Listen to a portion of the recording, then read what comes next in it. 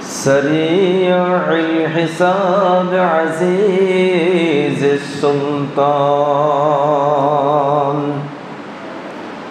فنشهد أن لا إله إلا الله وحده لا شريك له ونشهد أن سيدنا ونبينا ومولانا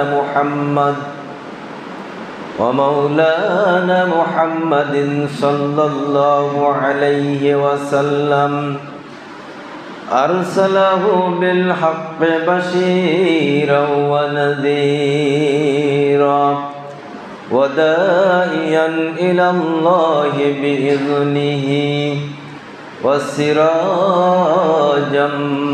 منيرا أما بعد فإن خير الحديث كتاب الله وخير الهدي هدي محمد صلى الله عليه وسلم وشر الأمور محدثاتها وكل محدثات بدعة وكل بدعة ضلالة وكل ضلالة سبيله إلى النار فقد قال الله تعالى فبسم الله الرحمن الرحيم فعما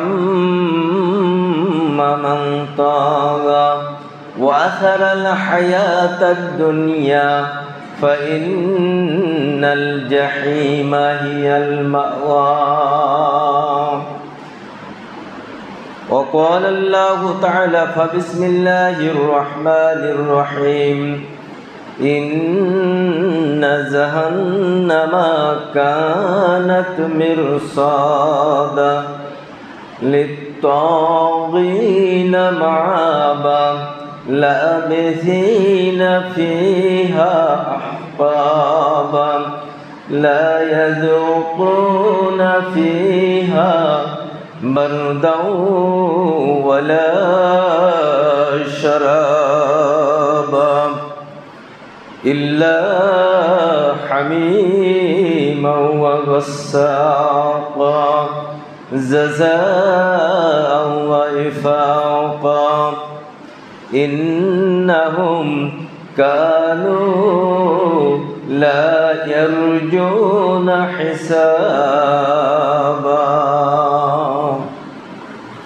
وعن أبي هريرة رضي الله تعالى عنه قال قال رسول الله صلى الله عليه وسلم والذي نفس محمد بيده لا يسمع بي أحد هذه الأمة يهدي ولا نصراني ثم يموت ولم يؤمن بالذي أرسلت به إلا كان من أصحاب النار رواه مسلم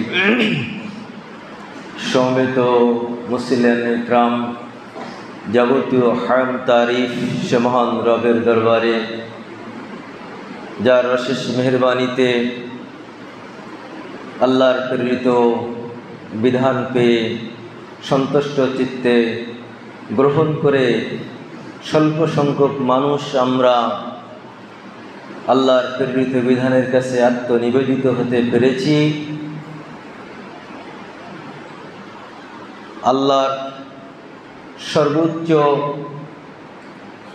পুরস্কার জান্নাত পাওয়ার জন্য দুনিয়ার সব কিছু ছাড়তে আমরা প্রস্তুত হয়েছি।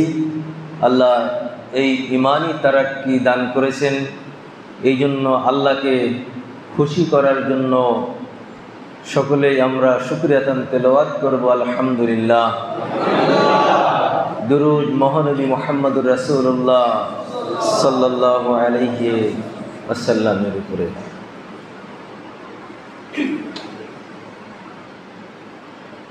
আল্লাহ পাক বলে দিয়েছেন, যে ব্যক্তি সীমা লঙ্ঘন করল, কেন সীমা লঙ্ঘন করল? তার কাছে দুনিয়ার জীবনটাই বেশি প্রাধান্য পেয়ে গেল। সেই ব্যক্তি জাহান্নামের খোরাক হয়ে গেল।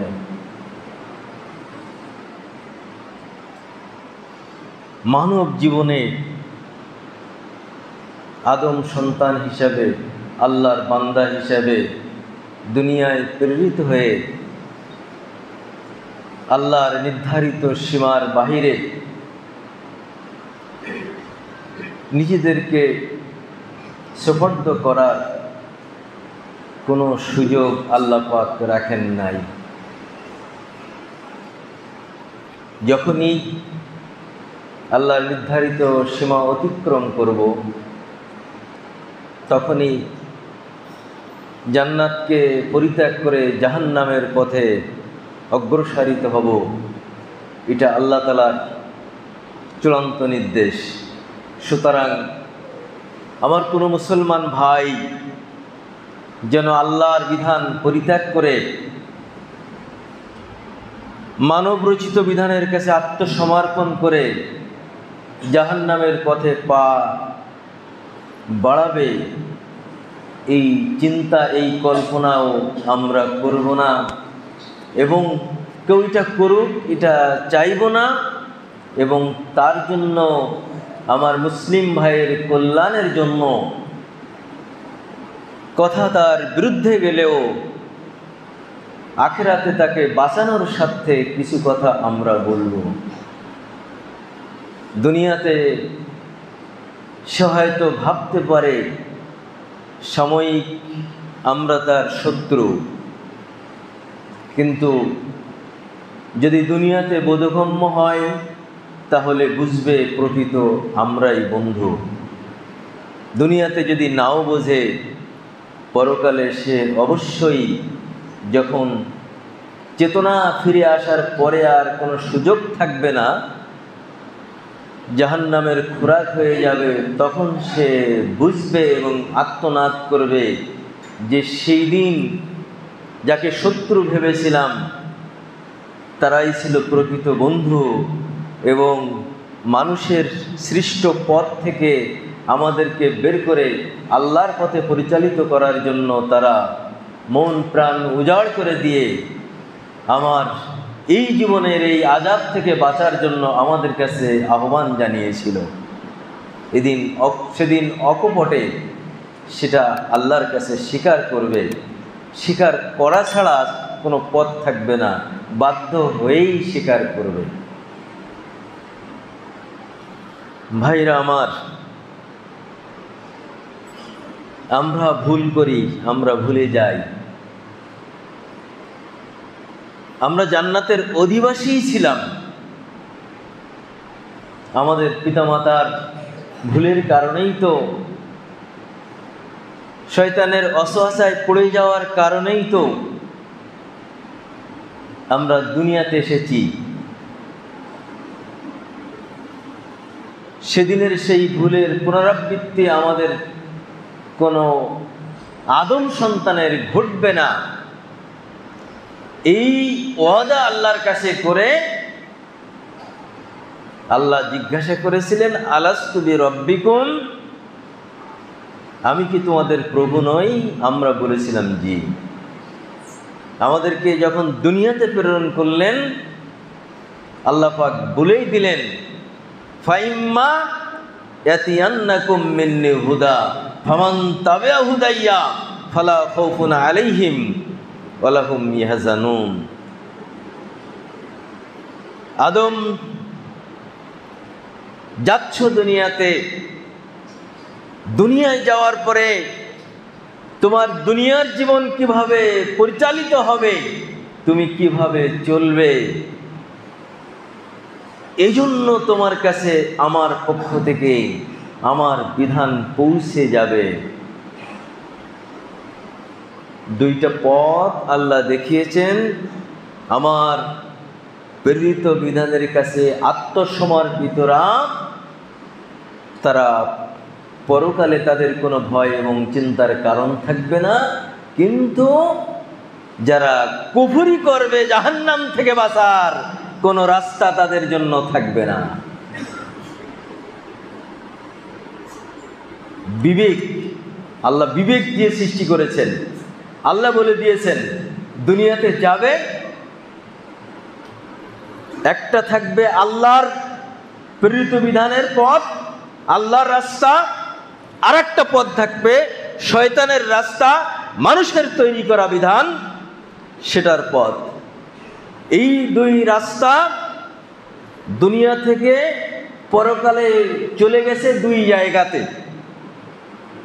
একটা পথের শেষ ঠিকানা আল্লাহর সর্বোচ্চ নিয়ামত জান্নাত, আর একটা পথের শেষ ঠিকানা আল্লাহর সর্বোচ্চ শাস্তি জাহান্নাম।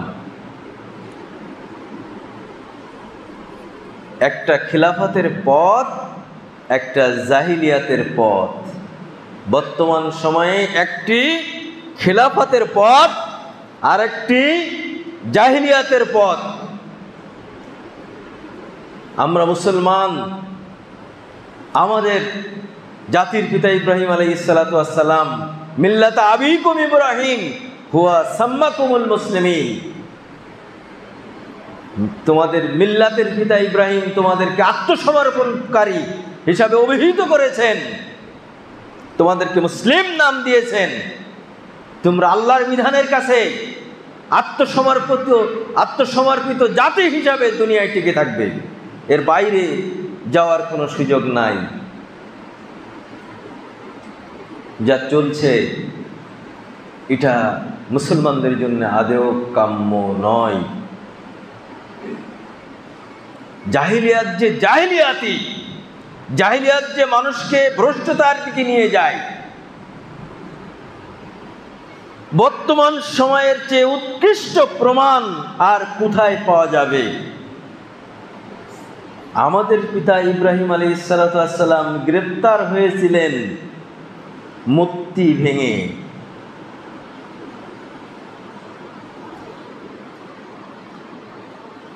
আল্লাহদ্রোহী শক্তির কাছে সীমাহীন অবর্ণনীয় নির্যাতন নিপীড়নের শিকার হয়েছিলেন। দুনিয়ার বুক থেকে মূর্তি উৎখাত করার জন্য, মূর্তি ভেঙে দিয়ে ছারখার করে দিয়ে মূর্তি মুক্ত আল্লাহর জমিন সৃষ্টির জন্য ইব্রাহিম আলাইহিস সালাতু ওয়াস সালাম সেই অপশক্তির দাপট প্রতাপ সবকিছু জেনেই করেছিলেন। তিনি জানতেন না এই মূর্তিগুলো ভাঙলে আমার পরিণতি এবং পরিস্থিতি কি হবে, তথাপিও করেছিলেন। পিতা যেখানে মূর্তি নির্মাতার, পিতা যেখানে পুত্রের বিরোধী, পিতা মূর্তিপন্থী আর পুত্র তাওহীদপন্থী, এই অবস্থাতে পিতা থেকে নিয়ে শুরু করে রাষ্ট্রের সর্বোচ্চ ক্ষমতা সম্পন্ন ব্যক্তি পর্যন্ত তারা যে ইব্রাহিম আলাইহিস সালাতু ওয়াস সালামের বিরোধী ছিলেন, ওই অবস্থাতে মূর্তি ভেঙে মূর্তি নিশ্চিহ্ন করেছিলেন ইব্রাহিম আলাইহিস সালাতু ওয়াস সালাম। তার মিল্লাত আমরা। দেহের সাথে মাথাটা আছে, শির আছে না নাই, শিরচ্ছেদ হয়ে গেছে না আছে, এটা দেখার সুযোগ নাই মুসলমানের জন্য। মুসলমান সবসময় মূর্তির বিরুদ্ধে, মুসলমান সবসময় শিরকের বিরুদ্ধে, মুসলমান সবসময় তাওহীদের পক্ষে। জাহিলিয়াত মানুষকে কোথায় নিয়ে যায় আপনারা দেখছেন, কোথায় নিয়ে গেছে। শুভেচ্ছা, মূর্তি পূজার শুভেচ্ছা জানানোর সুযোগ মুসলমানদের জন্য নাই, অবশ্যই সীমালঙ্ঘন, পরিণতি জাহান্নাম। আমাদের প্রেরিত সর্বশেষ রাসূল, যার আনুগত্যের ভিত্তিতে জান্নাত অর্জিত হবে এবং যার আনুগত্য পরিত্যাগের কারণে জাহান্নাম নির্ধারিত হবে, সেই রাসূল একই কর্মসূচি পালন করেছিলেন। আমরা তার উম্মাত। আমরা ভুলে গেছি আমরা রাসূলের উম্মাত। আমার জন্য পূজা মণ্ডপে যাওয়ার কোনো ইখতিয়ার নাই। ভুলে কেন গেছি? জাহিলিয়াত আমাকে ওইখানে নিয়ে গেছে। আমি জাহিলিয়াতের মাঠে রয়েছি, জাহিলিয়াতকে মেনে নিয়েছি, এই জন্য জাহিলিয়াত আমাকে পূজা মণ্ডপে নিয়ে গেছে। আর এইটা আমার কাছে এখন ভালো লাগছে, কোনো ব্যাপারই মনে হচ্ছে না। আমি আমার দলের সমস্ত মানুষদেরকে মূর্তি পূজা মণ্ডপে যাওয়ার জন্য উৎসাহিত করেছি, পাহারা দেওয়ার জন্য নির্দেশ দিয়েছি, সেখানে যে মূর্তির পক্ষে কথা বলার জন্য অনুপ্রেরণা দিয়েছি। এরপরে আমি আল্লাহর কাছে কি আশা করতে পারি? কোনো ভাই যদি ভুল করে এই চেতনায় বিশ্বাসী হয়েও থাকেন, কথা চিন্তা করবেন, শত্রু মনে করবেন না। দয়া করে আপনাকেও বাঁচতে হবে, আমাকেও বাঁচতে হবে, আপনাকে বলে আমাকে বাঁচতে হবে, আর আল্লাহর কথা আপনাকে মেনে নিয়ে আপনাকে বাঁচতে হবে। তা না হলে আপনারও পথ নাই, আমারও পথ নাই। সব গোলমাল হয়ে গেছে ইহুদিদের তৈরি করা, খ্রিস্টানদের তৈরি করা বিধানের কাছে আত্মসমর্পণের কারণে।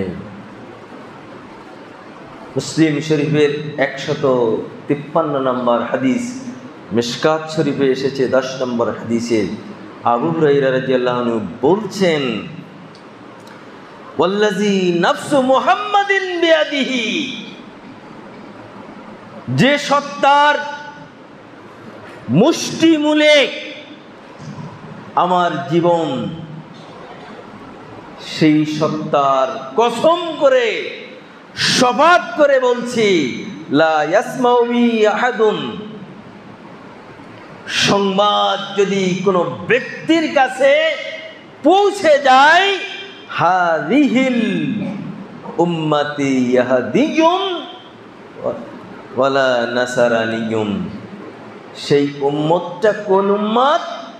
ইহুদি উম্মত অথবা নাসারা উম্মত। ইহুদি খ্রিস্টান কোন ব্যক্তির কাছে যদি আমি মুহাম্মদুর রাসূলুল্লাহ সাল্লাল্লাহু আলাইহি ওয়াসাল্লামের খবরটা পৌঁছে যায়, সুম্মা ইয়ামুতু, লোকটা মারা গেল, ওয়ালাম ইউমিন বিল্লাযী উরসিলতু বিহি, আমি আল্লাহর পক্ষ থেকে যে বিধান নিয়ে দুনিয়াতে আগমন করেছি, এই বিধানের উপরে ঈমান না এনে ইহুদিদের একজন মানুষ যদি মৃত্যুবরণ করে, খ্রিস্টানদের একজন মানুষ যদি মৃত্যুবরণ করে, রাসূল আসার পর থেকে নিয়ে শুরু করে, রিসালাত পাওয়ার পর থেকে নিয়ে শুরু করে কিয়ামত পর্যন্ত ইহুদিদের একজন মানুষ, খ্রিস্টানদের একজন মানুষ যদি আল্লাহর নবী মুহাম্মদুর রাসূলুল্লাহ সাল্লাল্লাহু আলাইহি ওয়াসাল্লাম যে ওহীর বিধান নিয়ে এই দুনিয়াতে আগমন করেছেন, এই বিধানের কাছে আত্মসমর্পণ না করে, এরপরে যদি ঈমান না আনে, ইল্লা কানা মিন আসহাবিন নার, ওই ব্যক্তি জাহান্নামের আগুনে পোড়া ছাড়া তার দ্বিতীয় কোনো পথ নাই। কি বুঝতেছেন? আল্লাহ রাসূল তার কাছে আল্লাহ তাআলা যে বিধান দিয়েছেন, ইহুদিরা সেই বিধানটা মানবে? না মানলে তাদের তো জাহান্নাম ছাড়া পথ নাই, নাকি মুসলমান তাদের বিধানটা মানবে?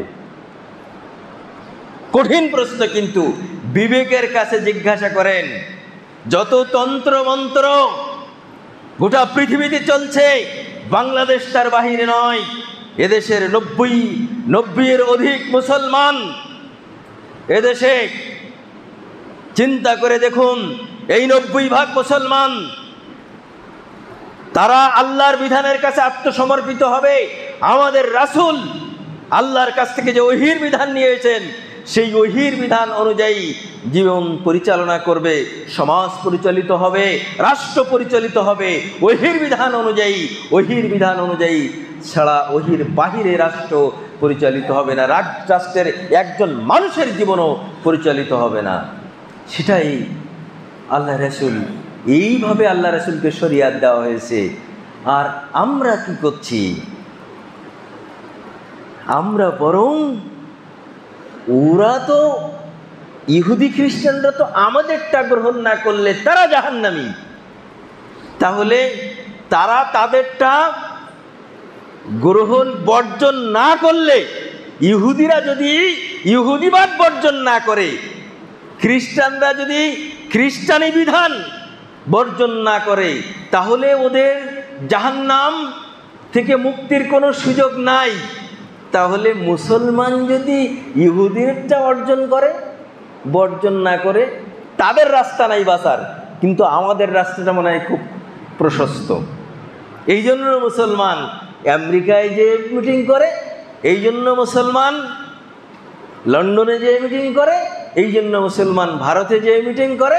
সব মিটিংয়ের ফলাফল আমরা তোমাদের সাথে আছি, আমরা আল্লাহর বিধানের সাথে নাই। এই কথা প্রকাশ্য না বললেও বাস্তবতা তাই।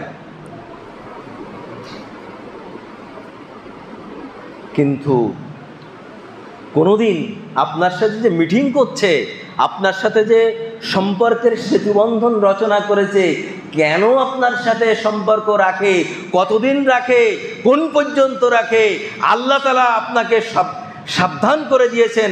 আপনি কি কোনোদিন ভেবে দেখেছেন? আপনি যদি সূরাতুল বাকারা 120 নম্বর আয়াত একটু খেয়াল করেন, আল্লাহ তাআলা বলে দিচ্ছেন, ওয়ালান তারদা আনকাল ইয়াহুদু ওয়ালান নাসারা, ইহুদি এবং খ্রিস্টানরা তোমার উপরে কোনো দিন সন্তুষ্ট থাকবে না। কথা আল্লাহর। কোনো দিন তোমাদের উপরে ইহুদি খ্রিস্টানরা সন্তুষ্ট থাকবে না। হাত্তা তাত্তাবিয়া মিল্লাতাহুম, যতক্ষণ পর্যন্ত না তাদের নীতির অনুসরণ তুমি না করবে। ইহুদি এবং খ্রিস্টানদের সৃষ্টি করা মতবাদের কাছে মুসলমান আত্মসমর্পণ না করা পর্যন্ত, তাদের নিয়ম, তাদের নীতি, তাদের আদর্শ, তাদের সৃষ্ট বিধান, এইগুলো যতক্ষণ পর্যন্ত আপনি মেনে না নেবে, ততক্ষণ পর্যন্ত আপনার উপরে তারা রাজি হবে না, তারা সন্তুষ্ট হবে না। আপনাকে যে কোনো কলা কৌশলে তারা রাজি করেই ছাড়বে। তাহলে কিভাবে আমরা ইহুদি খ্রিস্টানের এই আল্লাহর প্রেরিত খিলাফতকে বর্জন করে আমরা ইহুদি খ্রিস্টানদের এই মতবাদের কাছে আমরা কিভাবে আত্মসমর্পণ করতে পারি? আল্লাহ পাক জিজ্ঞাসা করছেন, আফা গায়রা দীনিল্লাহি ইয়াবগুন, তোমরা কি আল্লাহর দিন ছাড়া অন্য কোন বিধানের অনুসন্ধান করছো? ওয়ালাহু আসলামা মান ফিস সামাওয়াতি ওয়াল আরদি তাওআউ ওয়া কারহাউ ওয়া ইলাইহি তুরজাউন। কিন্তু একটা বিষয় তোমরা জেনে রাখো, তোমরা স্বেচ্ছায় আল্লাহর কাছে ফিরে যাও, আর আল্লাহ তোমাদেরকে বাধ্য করে আল্লাহর কাছে নিয়ে নেয়। আল্লাহর কাছে তোমাদেরকে ফিরে যেতেই হবে। আল্লাহর কাছে ফিরে যেহেতু তোমাকে যেতে হবে, বিচার ফয়সালা চূড়ান্তভাবে আল্লাহর কাছেই যখন তোমার হবে, তাহলে আল্লাহর বিধানের কাছে আত্মসমর্পণ করা ছাড়া তোমার কোনো উপায় নাই। এরপরেও যদি কেউ না করে, আল্লাহর বিধান না মেনে নেয়, ওমাই ইয়াবতাগি গায়রাল ইসলামে দীনাম, জীবন ব্যবস্থা হিসাবে আল্লাহর প্রেরিত বিধান ছাড়া ওহির বিধান ছাড়া অন্যটা কেউ যদি গ্রহণ করে ফালাই ইউকুবালা মিনহু, তার কাছ থেকে সেটা গ্রহণ করা হবে না, আল্লাহ গ্রহণ করবেন না। আপনি যতই বলেন যে আমি ইসলাম কায়েম করছি, জি না, আপনি কোনো তন্ত্র মন্ত্র দিয়ে আপনি ইসলাম কায়েম করতে গেলে আল্লাহ ওটা মেনে নেবেন না। আপনাকে আল্লাহর প্রেরিত বিধান অনুযায়ী আপনাকে খেলাফত প্রতিষ্ঠার আন্দোলন সংগ্রাম আপনাকে করতে হবে। ভাইরা আমার, যদি কেউ এটা করে আল্লাহ তো মেনে নেবেন না। আর আল্লাহ বলছেন যে ওয়াহুয়া ফিল আখিরাতে মিনাল খাসিরিন, যে মানুষগুলো আখিরাতে ক্ষতিগ্রস্তদের মধ্যে থাকবে, যে মানুষগুলো আল্লাহর বিচার ফয়সালায় আযাব ও গজবের শিকার হবে, যে মানুষগুলো জাহান্নামের অধিবাসী হবে, ওই মানুষগুলোর মধ্যে এই মানুষগুলো থেকে যাবে, এটা তাদেরই অন্তর্ভুক্ত হয়ে যাবে। ফয়সালা আল্লাহ দিয়েছেন, নতুন করে ফয়সালা করার সুযোগ আপনার আমার নাই। সিদ্ধান্ত আল্লাহ দিয়েছেন, সিদ্ধান্ত দেওয়ার যিনি, সিদ্ধান্ত তিনিই দিয়েছেন। আল্লাহ তাআলা এখন আপনাকে আমাকে জিজ্ঞাসা করছেন, আপা হুকমুল জাহিলিয়াতে আবগুন, তোমরা কি পুনরায় সেই জাহিলিয়াতের দিকে ফিরে যেতে চাচ্ছ?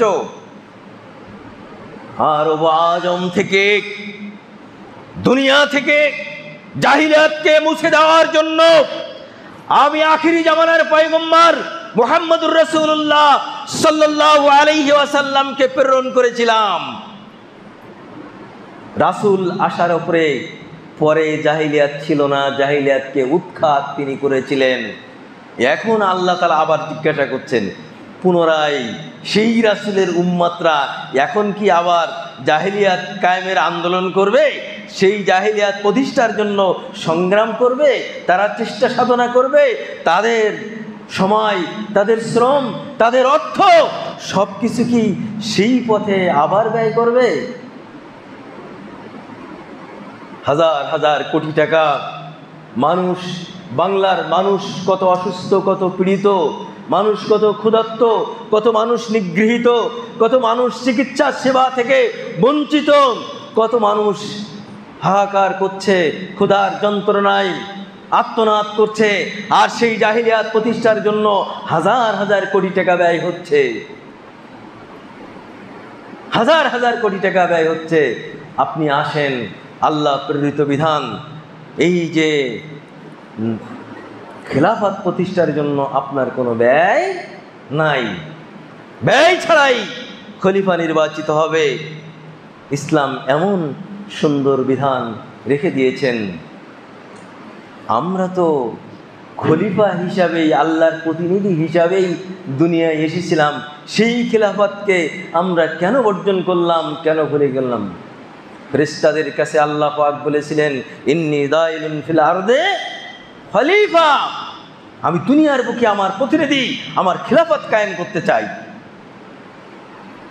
ক্বালু আতাজআলু ফিহা ওয়া মা ইফসিদু ফিহা, এমন একটা জাতিকে আপনি প্রেরণ করবেন না তো যারা দুনিয়াতে যে এই ফিতনা ফাসাদ করবে, রক্তপাত করবে, মারামারি কাটাকাটি হানাহানি গন্ডগোল করবে, ফিতনা ফাসাদ সৃষ্টি করবে। যা বলেছিলেন ফেরেশতারা, আমাদের সম্পর্কে যে ভয়টা ফেরেশতাদের ছিল, আজকে আমরা সেই দিকে ধাবিত হয়েছি। আমরা মারামারি কাটাকাটি, বহুদলীয় এই তন্ত্র মন্ত্রের নামে আমরা বহুদলীয় শত্রুতায় পরিণত হয়েছি। একদলের মানুষ আর একদল মানুষকে সহ্যই করতে পারে না। দুইজন পরস্পর একই এলাকায় বসবাস করে, দুইজন ক্যান্ডিডেট এবং তার লোকেরা উভয়ই মুসলমান, কিন্তু এক দলের মানুষেরা আর এক দলের রক্ত ঝরানোর জন্য, আর একদল মানুষকে পিটানোর জন্য, তাদেরকে দুনিয়া থেকে বিদায় দেওয়ার জন্য, তাদেরকে উৎখাত করার জন্য যে প্রচেষ্টা চলে, এই প্রচেষ্টা সৃষ্টির শুরু থেকেই এই পথ অবলম্বন করতে নিষেধ করা হয়েছিল। সেই পথটি আজকে আমরা ধরেছি, সেই পথে চলছি। আল্লাহ পাক বলছেন যে ওয়ালা ইন ইত্তাবা'তা আহওয়াহুম বা'দাল্লাযী জাআকা মিনাল ইলমি, তোমাদের কাছে ওহীর বিধান যাওয়ার পরে এর পরেও যদি তোমরা প্রবৃত্তির দাসত্ব করো, এই মানুষের তৈরি এই যে অ্যানালিটিক্যাল ডিরেকশন, যেটা মানুষের মস্তিষ্ক প্রসূত, মানুষের চিন্তা চেতনার দ্বারা সৃষ্ট, এইগুলোকে যদি তোমরা ইত্তেবা করো, অনুসরণ করো, মা লাকা মিনাল্লাহি মিন ওয়ালিয়্যিন ওয়ালা নাসির, তাহলে আল্লাহর কবল থেকে, আল্লাহর হাত থেকে তোমাদেরকে রক্ষা করার জন্য তোমরা কোনো বন্ধুও পাবে না, তোমরা কোনো সাহায্যকারীও পাবে না। এত কথা আল্লাহ তাআলা বলেছেন জুমার আসলে তো সংক্ষিপ্ত খুতবা, সব কথাগুলো সাজিয়ে বলা যায় না। মানুষের জীবনে খেলাফত প্রতিষ্ঠা ছাড়া বিকল্প কোনো রাস্তা নাই। ভুলে গেছি কে আমার বন্ধু, ভুলে গেছি কে আমার শত্রু, আমার কি করণীয়। আমি নিজেও আল্লাহর কাছে যা চাই, আর আমার কর্মপদ্ধতি সম্পূর্ণ তার বিপরীত ধর্মী। কেমন চাই আর কেমন কর্মপদ্ধতি বিপরীত ধর্মী একটু খেয়াল করুন। সালাতে দাঁড়িয়ে গেছেন, দৈনিক যত রাকাত সালাত আদায় করছেন, ততবার আল্লাহকে বলছেন গায়রিল মাগদুবি আলাইহিম ওয়ালাদ-দাল্লিন। আপনি যদি জাহেরি কিরাতে পড়েন, তবুও পিছনের লোকগুলোর উপরে এই কথা বলা ছাড়া গত্যন্তর নাই। এটা তো পড়ছে সূরাতুল ফাতিহা, এই আয়াত পড়ার পরে আবার সমস্বরে মসজিদকে গুম গুম করে বাজিয়ে সর্বোচ্চ একটা আওয়াজ তুলে বলছি যে আমিন। আর আমিনের এত গুরুত্ব কেন বুঝতেছেন না? আমি বলছি আল্লাহ, যারা ওই মাজজুব, যারা তোমার আযাবের অন্তর্ভুক্ত হয়ে গেছে, ওই জাতিকে, ওই জাতির সাথে আমাদের কোনো রকম সম্পর্ক আল্লাহ তুমি সৃষ্টি করো না। ওদের সাথে আমাদের কোনো রকম যায় না, ওদের সাথে আমরা চলবো না, ওদের সাথে আমাদের কোনো রকমের সম্পর্ক থাকবে না। ওয়ালাদ-দাল্লিন। আর ওই যে খ্রিস্টান, ওরা যে পথভ্রষ্ট, ওদের সাথেও আমাদের কোনো সম্পর্ক থাকবে না। এই থেকে, ওদের সাথে সম্পর্ক করা থেকে আল্লাহ তুমি আমাদেরকে রক্ষা করো। আল্লাহ, ওই ইহুদি খ্রিস্টানদের সাথে সম্পর্ক গড়া থেকে আল্লাহ তুমি আমাদেরকে রক্ষা করো। এই কথাটি দৈনিক কতবার বলছেন আপনি? দৈনিক কতবার বলছেন? আর এই কথা 10 বার 20 বার আল্লাহর ঘরে এই কথা বলে আপনি এখান থেকে বেরিয়ে যেয়ে সেই ইহুদিদের বিধান প্রতিষ্ঠার জন্য আপনি সংগ্রামে, ময়দানে, রাজপথে নেমে পড়ছেন। কি হলো মুসলিম জাতির? আল্লাহর কথা কেন স্মরণ থাকছে না? আল্লাহর কাছে কি চাইছি আর কি করছি? রাজিতু বিল্লাহি রাব্বাও ওয়া বিল ইসলামে দীনাও ওয়া বি মুহাম্মাদিন নবিয়্যা। আসলে কি খুশি আমরা আল্লাহকে রব হিসাবে, আল্লাহর বিধানকে আল্লাহর জমিনে সার্বিক জীবনে বাস্তবায়ন করার এই মানসিকতা নিয়ে আল্লাহর উপরে কতটুকু সন্তুষ্ট আমি রয়েছি? আমি আল্লাহর উপরে সন্তুষ্ট নাকি আমি আব্রাহাম লিঙ্কনের উপরে সন্তুষ্ট? আমার সন্তুষ্টি কোথায়? আমি নিজেই কি মাজজুব হয়ে গেলাম, আমি নিজেই কি দল্লিল হয়ে পড়লাম? তাদের হাত থেকে বাঁচার কথা আমার, তাদের ধারে কাছে যাব না, এই ওয়াদা আল্লাহ তোমার কাছে করছি, অথচ আমি নিজেই তাদের অনুসরণকারী হয়ে গেলাম। আমি আমার শত্রুটাও চিনলাম না। আল্লাহ তাআলা সূরা মায়েদার 5 নম্বর সূরা 82 নম্বর আয়াতে আল্লাহ পাক বলছেন যে একেবারে লামে তাকিদ দিয়ে সর্বোচ্চ পর্যায়ের একেবারে এর সাথে নুনে সাকিলা যোগ করে ইমফ্যাসিস যা করা যায় সব কিছু করে দিয়ে আল্লাহ বলছেন লাতাজিদান্না, অবশ্যই তুমি পাবে আসাদ্দান নাসে আদাওয়াতান, মানুষের মধ্যে সবচেয়ে কঠিনতম শত্রু হিসাবে লিল্লাযিনা আমানু, যারা ঈমান এনেছে। পৃথিবীর সকল ঈমানদারদের সবচেয়ে কঠিন শত্রু আল্লাহ বলছেন যে অবশ্যই তোমরা দেখতে পাবে তোমাদের সবচেয়ে কঠিন শত্রু কারা। আল্লাহ এবার উত্তর নিজেই বলে দিচ্ছেন, আল ইয়াহুদা ওয়াল্লাযিনা আশরাকু, তারা হলো ইহুদিরা। ইহুদিদের সাথে কোনো সম্পর্ক স্থাপিত হবে না। সামনে তো মিডিয়া, বলাও খুব কঠিন, তারপরেও আমরা দুনিয়া চাই না। এর জন্য আমাদের দুনিয়াতে যা হবে সেটা হবে, তার জন্য পিছপা হতে আমরা রাজি নই। ওই ইহুদিদের সর্বোচ্চ নেতার পক্ষ থেকে আমাদের আহলে হাদিস আন্দোলনের কেন্দ্রীয় অফিসে মোহতারাম আমিরে জামাতের সাথে সাক্ষাৎ করতে প্রতিনিধি এসেছিলেন। আমিরে জামাত প্রফেসর ডক্টর আল্লামা আসাদুল্লাহ আল গালিব আল্লাহর ঘোষণার প্রতি সম্পূর্ণ অটল থেকে বিশ্বের সর্বোচ্চ নেতার প্রতিনিধির সাথে তিনি সাক্ষাৎ করেন নাই।